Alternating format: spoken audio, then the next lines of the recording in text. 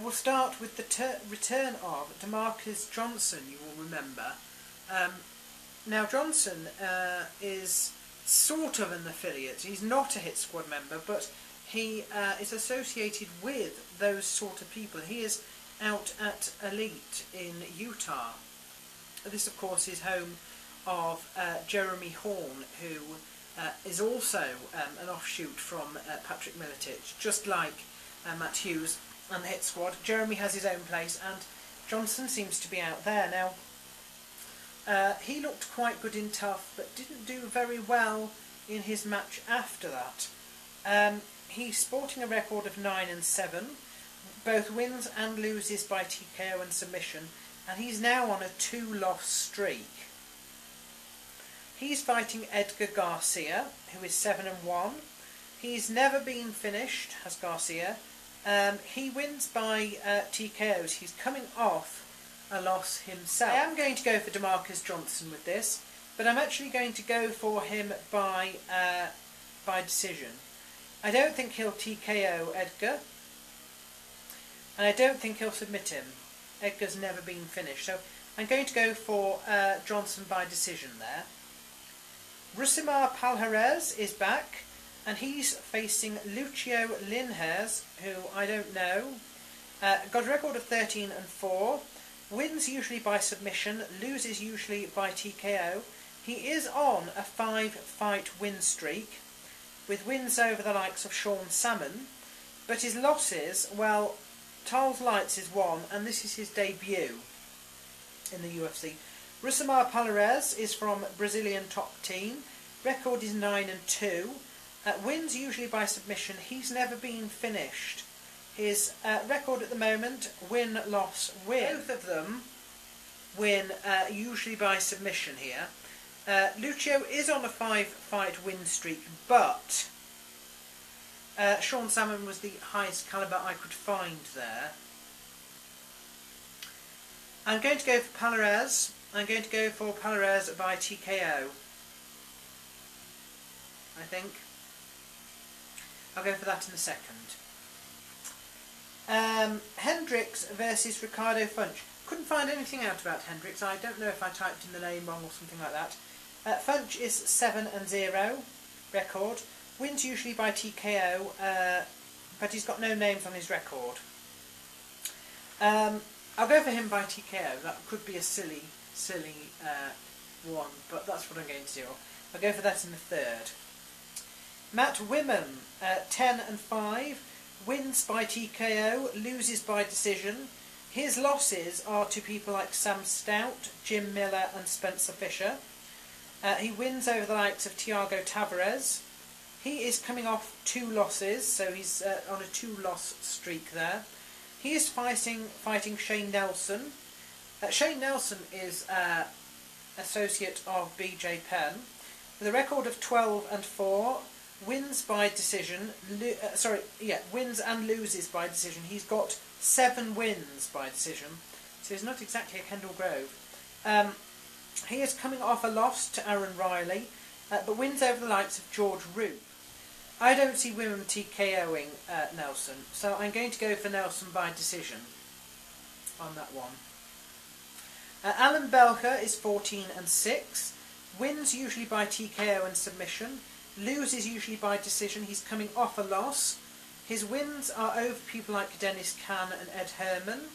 His losses are to people like Yushin Okami, Kendall Grove and Jason Day. He is fighting the American top team product of Wilson Govia, who's got a record of 12-6.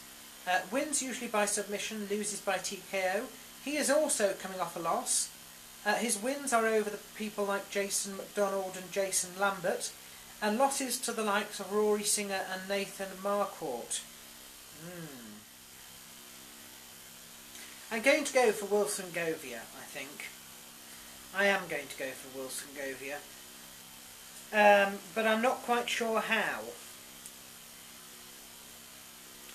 I'll put Govia by question mark there. Right, Paul Buentello is fighting Stefan Struve. Interesting thing here, Paul Buentello was big, or finishing his bigness, in the UFC around UFC 55, which was the first UFC that I became a fan at. It was sort of the first one that I actually managed to see on TV. He, of course, is big with stand-up. He still is big with stand-up. He has been busy in other organisations since. He hasn't been lacking. Stefan Struve is...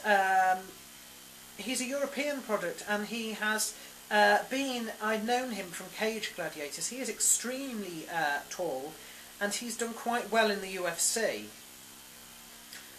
This is going to be a difficult one. You know, I think Paul Buentello will win in the end. I'll go for TKO, but I think it might be in the third. I think Stefan Struve's size and his feistiness, so to speak, you know, might actually cause Buentello some concern. But I'm going to go for Buentello on this anyway. The next match is Kenny Florian, and he is fighting Clay Guida. What a fantastic match.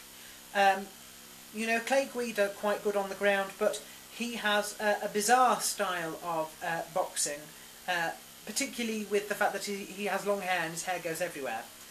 Kenny Florian, if he wants to stay sort of pertinent, I think, in this in the lightweight division, does have to beat Clay Guida here.